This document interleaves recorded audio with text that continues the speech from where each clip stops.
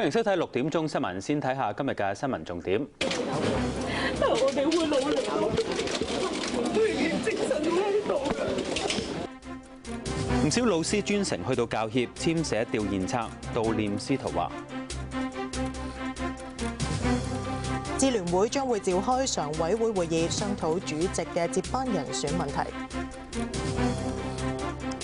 拆卸中嘅廣東道前政府合署發生3級火，要出動近100名消防員灌救。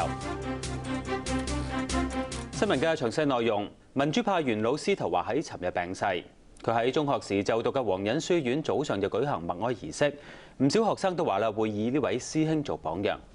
而教育界人士咧就到司徒華一手創立嘅教育專業人員協會度弔唁，感謝司徒華為教師權益同埋民主所作出嘅貢獻。李卓敏報導。